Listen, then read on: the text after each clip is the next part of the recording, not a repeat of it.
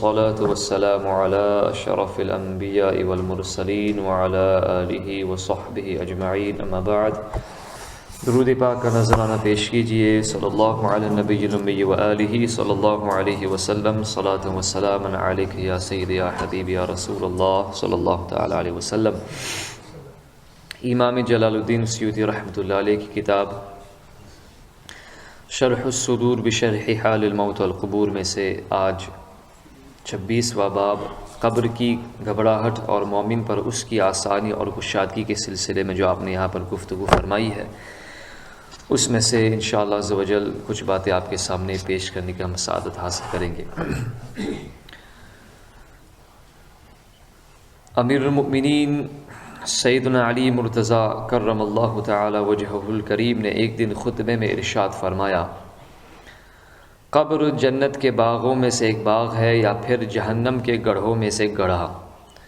خبردار، قبر روزانہ 3 بار کہتی ہے، میں کیڑے مکوڑوں کا گھر ہوں، میں اندھیرے کا گھر ہوں، میں وحشت کا گھر ہوں۔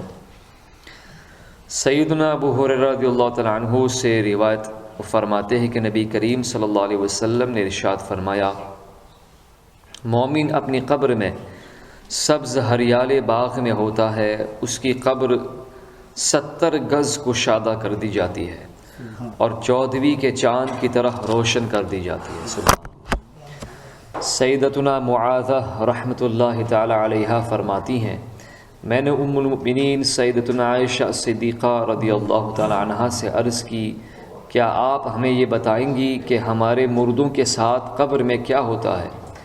فرمایا، اگر مردہ مومن ہے تو اس کے لیے اس کی قبر 40 گز وسیع کر دی جاتی ہے۔ تو یہاں پر امام قرطبی رحمۃ اللہ علیہ بیان فرماتے ہیں کہ یہ وسعت ابتدائی تنگی اور سوالات قبر کے بعد ہوگی، جبکہ کافر کی قبر مسلسل تنگ ہوتی رہتی ہے۔ اور حضور نبی کریم صلی اللہ علیہ وسلم کا فرمان، قبر جنت کے باغوں میں سے ایک باغ ہے یا پھر جہنم کے گڑھوں میں سے ایک گڑھا، تو ہمارے نزدیک یہ حقیقت پر محمول ہے، اس سے مجازی معنی مراد نہیں۔ اور مومن کی قبر سبزے سے معمور ہو جائے گی اور یہ سبزہ زمینی نباتات ہوں گی، جبکہ حضرت سیدنا عبداللہ بن عمر رضی اللہ تعالی عنہما کی حدیث میں اس کی تعیین ہے کہ وہ پھول ہوں گے۔ بحمد تبارک و تعالی ہم اہل سنت جماعت کہ مردوں کی قبر پر اوپر سے بھی پھول ہوں گے اور اندر سے بھی پھول ہوں گے انشاءاللہ۔ بعض علماء کرام نے اس کو مجاز پر محمول کرتے ہوئے کہا کہ اس سے مراد یہ ہے کہ سوالات میں مومن سے نرمی اور آسانی برتی جائے گی، اسے خوف سے امن دیا جائے گا اور اس کی قبر حد نگاہ تک وسیع اور وائڈ کر دی جائے گی۔ جیسا کہ جب کوئی عیش و راحت میں زندگی بسر کر رہا ہو تو کہا جاتا ہے کہ فلاں تو جنت میں ہے، تو یہ مجازن کہا جاتا ہے، اور تنگی والی زندگی گزار رہا ہو تو کہا جاتا ہے کہ فلاں جہنم میں ہے۔ حضرت سیدنا امام قرطبی رحمۃ اللہ فرماتے، پہلی بات یعنی حقیقت مراد ہونا یہی زیادہ صحیح ہے۔ سیدنا وہب ابن منبہ رحمۃ اللہ علیہ فرماتے ہیں کہ سیدنا عیسیٰ روح اللہ علی نبینا وعلیہ الصلوۃ والتسلیم اپنے حواریوں سمیت ایک قبر کے پاس کھڑے ہوئے تو حواریوں نے قبر کی وحشت، تاریکی اور تنگی کا ذکر کیا۔ یہ سن کر آپ علیہ السلام نے ارشاد فرمایا، تم اپنی ماؤں کے پیٹوں میں اس سے بھی زیادہ تنگ جگہ میں تھے، پس جب اللہ رب العزت نے کشادگی فرمانا چاہی تو فرما دی۔ اسی طریقے سے اللہ تعالیٰ جب چاہے تو انشاءاللہ مومن کی قبر کو وسیع اور کشادہ فرما دے۔ سیدنا ابو غالب رحمۃ اللہ علیہ فرماتے ہیں، ملک شام میں ایک نوجوان شخص کی وفات کا وقت آیا تو اس نے اپنے چچا سے کہا، چچا جان، اگر مجھے اللہ رب العزت میری ماں کے حوالے کر دے تو وہ میرے ساتھ کیا شروع کرے گی؟ تو چچا نے کہا کہ خدا عز و جل کی قسم، وہ تجھے جنت میں بھیج دے گی۔ یہ سن کر اس نوجوان نے کہا، بخدا اللہ رب العزت مجھ پر میری ماں سے زیادہ مہربان ہے۔ چنانچہ اس کا انتقال ہو گیا تو میں اس کے چچا کے ساتھ اسی قبر میں اترا، پھر ہم نے اس پر سیلیں رکھی تو ایک سل گر گئی۔ اس کا چچا آگے بڑھا لیکن یکدم رک گیا۔ میں نے پوچھا کیا ہوا؟ کہنے لگا، اس کی قبر نور سے معمور اور تا حد نگاہ وسیع کر دی گئی ہے۔ سبحان اللہ۔ حضرت سیدنا حمید رحمۃ اللہ علیہ نے اپنے بھانجے کے متعلق گزشتہ حکایت کی مثل حکایت بیان کرتے ہوئے بیان فرمایا کہ میں نے بھانجے کی قبر میں جھانکا تو وہ حد نگاہ تک وسیع تھی۔ میں نے اپنے ساتھی سے پوچھا کیا جو میں دیکھ رہا ہوں وہ تم بھی دیکھ رہے ہو؟ تو اس نے کہا کہ ہاں، تمہیں مبارک ہو۔ سیدنا حمید رحمۃ اللہ علیہ فرماتے ہیں میرا خیال یہ ہے کہ یہ اسی بات کی برکت تھی جو اس نے مرنے سے پہلے کہی تھی، یعنی اللہ تعالیٰ سے اچھا گمان کیا تھا، اس لیے اللہ رب العزت نے ایسا معاملہ فرمایا۔ سیدنا ابو بکر ابن مریم رحمۃ اللہ علیہ اپنے شیوخ سے روایت کرتے ہیں کہ بصرے میں بنو حضرمی کا ایک برگزیدہ شخص رہتا تھا۔ ان کا ایک بھتیجا گانے والیوں کے پاس بیٹھا کرتا تھا۔ وہ بزرگ اسے بارہا سمجھاتے رہتے تھے۔ وہ نوجوان فوت ہو گیا تو اس کے چچا اس کی قبر میں اترے۔ جب مٹی ڈال چکے تو انہیں کچھ یاد آیا، بس انہوں نے ایک اینٹ ہٹا کر قبر میں دیکھا تو اس کی قبر بصرہ شہر کے گھردور کے میدان سے بھی وسیع نظر آئی، اور وہ لڑکا اس کے وسط میں موجود تھا۔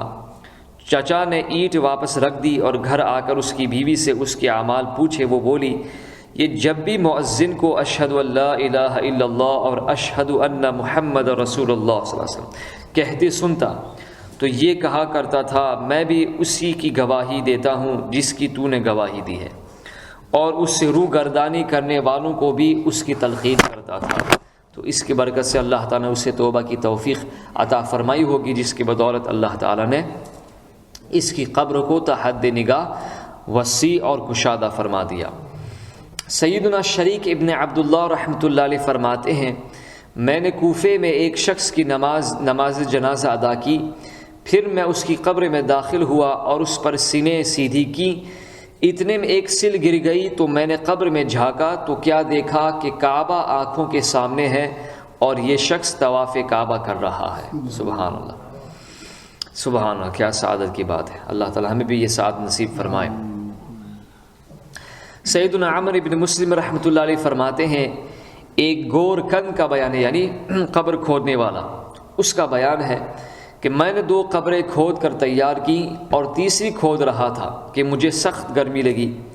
میں نے سائے کے لیے اپنی چادر اتار کر کھودے گئے حصے پر تان دی اور دوبارہ اپنے کام میں مشغول ہو گیا۔ اسی اثنا میں سیاہی مائل سفید گھوڑوں پر 2 شخص آئے اور پہلی قبر میں کھڑے ہو گئے۔ ان میں سے ایک دوسرے سے کہنے لگا لکھو۔ اس نے کیا لکھوں؟ وہ کہنے لگا 3 مربع میل لکھو۔ پھر وہ دوسری قبر پر پہنچ گئے اور کہا لکھو۔ اس نے کہا کیا لکھوں؟ وہ بلا حد نگاہ تک لکھو۔ پھر وہ اس قبر پر پہنچ گئے میں جس میں موجود تھا۔ اس نے پھر کہا کہ لکھو۔ پوچھا کیا لکھوں؟ وہ بولا 1.5 بالش لکھ دو۔ اب میں بیٹھ کر جنازوں کا انتظار کرنے لگا تو چند لوگ ایک جنازہ لائے اور پہلی قبر پر رک گئے۔ میں نے پوچھا یہ کس کی میت ہے؟ مجھے بتایا گئے کہ یہ پانی بھرنے والا عیالدار شخص تھا، اس نے بوقت وفات پیچھے کچھ نہیں چھوڑا، ہم نے اس کے لیے کچھ دراہم جمع کیے ہیں۔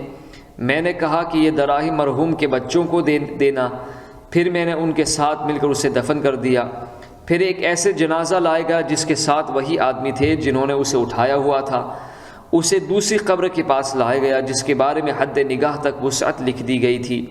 میرے پوچھنے پر انہوں نے بتایا کہ ایک مسافر تھا جو دوران سفر اپنے گھوڑے پر مر گیا اور اس کے پاس کچھ بھی نہیں تھا۔ میں نے اس کے لانے والوں سے کچھ نہ لیا اور ساتھ مل کر مردے کو دفن کر دیا۔ اب میں تیسرے کا انتظار کرنے لگا حتیٰ کہ عشاء کے قریب تیسری میت لائی گئی جو کسی سردار کی بیوی تھی۔ میں نے ان لوگوں سے قبر کھودنے کی اجرت مانگی تو انہوں نے میرے سر پر ضرب لگائی اور اسے دفن کر کے چل دیے۔ یہ وہی قبر تھی جس کے بارے میں کہا گیا تھا کسی قبر کو صرف 1.5 بالشت بڑھا دی جائے۔ ہاں، حضرت جعفر بن سلیمان کا بیان ہے کہ ایک شخص ایک میت کو قبر میں اتارتے ہوئے کہنے لگا بے شک جو ذات ماں کے پیٹ میں کچے بچے پر آسانی فرماتی ہے وہ اس بات پر قادر ہے کہ تجھ پر بھی آسانی فرمائے۔ سبحان اللہ۔ امیر المؤمنین سیدنا فاروق اعظم رضی اللہ تعالی عنہ نے بارگاہ رسالت مآب صلی اللہ علیہ وسلم نے عرض کی یا رسول اللہ صلی اللہ علیہ وآلہ وسلم جب آپ ہمیں ڈراتے ہیں تو ہم ڈر جاتے ہیں، قبر کی تنگی و تاریکی کا کیا حال ہے؟ ارشاد فرمایا بندہ جس حال پر ہوگا اسی پر اسے موت طاری ہوتی ہے، نیک ہوگا تو انشاءاللہ اچھی طریقے سے موت آئے گی، اور اگر دوسرا کچھ اور ہے تو اسی کیفیت کے ساتھ موت آئے گی۔ سیدنا سلط ابن حکیم رحمۃ اللہ علیہ فرماتے ہیں مجھے بحرین کے ابو یزید نامی ایک شخص نے بتایا کہ میں نے بحرین میں ایک مردے کو غسل دیا تو اس کے گوشت پر لکھا تھا طوبیٰ لک یا غریب، یعنی اے مسافر تجھے خوشخبری ہو۔ میں نے بغور دیکھا تو وہ تحریر گوشت اور چمڑے کے درمیان تھی، تو یہ شخص مسافر سفر کی حالت میں اس کا انتقال ہوا تھا، اس لیے اللہ تعالیٰ نے اس پر اس انداز سے رحم فرمایا۔ سیدنا عبد الرحمن ابن عمارہ رحمۃ اللہ علیہ فرماتے ہیں کہ میں حضرت سیدنا احنف ابن قیس رحمۃ اللہ علیہ کے جنازے میں شریک ہوا اور ان کو قبر میں اتارنے کے لیے قبر میں داخل ہو کر جب انہیں سیدھا کیا تو دیکھا کہ قبر حد نگاہ تک وسیع کر دی گئی ہے۔ میں نے اپنے ساتھیوں کو بتایا لیکن وہ اس کی کشادگی کو اپنی آنکھوں سے دیکھ نہیں سکتے تھے۔ اللہ تعالی ہم سب کو قبر کی فتنوں سے، قبر کی آزمائش سے محفوظ و معمول فرمائے۔ رب ذوالجلال ہم سب کو موت آنے سے پہلے صدق دل کے ساتھ سچی اخلاص والی توبہ کرنے کی توفیق نصیب فرمائے۔ صلی اللہ